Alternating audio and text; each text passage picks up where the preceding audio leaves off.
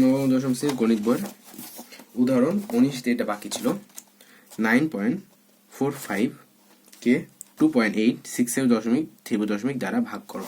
ভাগ অঙ্কটা করা। উদাহরণ 19। উদাহরণ 18তে যেটা করেছিলাম সেম ওইভাবেই লিখবো। 9.45 কে 2.863 দ্বারা ভাগ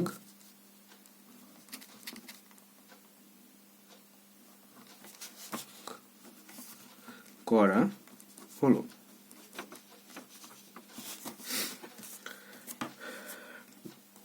9.45 সমান এই যে তিনটা সংখ্যা আছে, তিনটা সংখ্যায় লিখে নেব।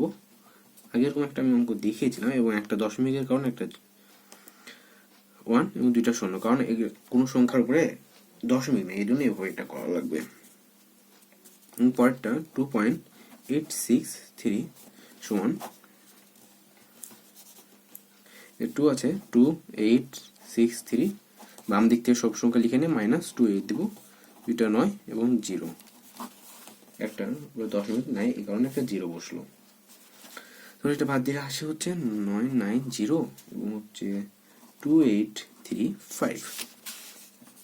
দুইটাকে এখন ভাগ করা লাগবে, তাহলে 9.45 ভাগ 2.83 সমান 94511 ভাগ 2835990 সমান, আমরা তো ভাগ অঙ্কের ক্ষেত্রে আগের অঙ্কগুলো দেখেছিলাম, এই চিহ্নটা ভাগ চিহ্ন চেঞ্জ হয়ে গুণ হয়। 45 গণিত উপরে নিচেরটা উপরে চলে যাবে এবং উপরে যেটা ছিল সেটা নিচে নেমে যাবে। সমান তাহলে যে মানটা পাওয়া যাবে সেটা হচ্ছে গুণ করে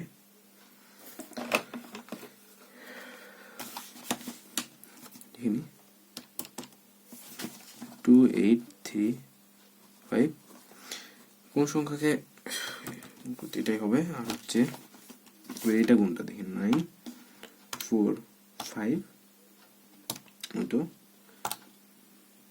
990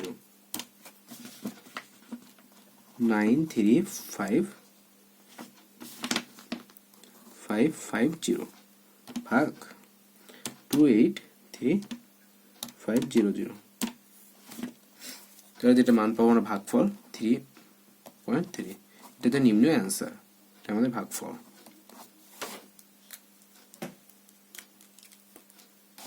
তো সম্পূর্ণ 19 নাম্বার উদাহরণটা।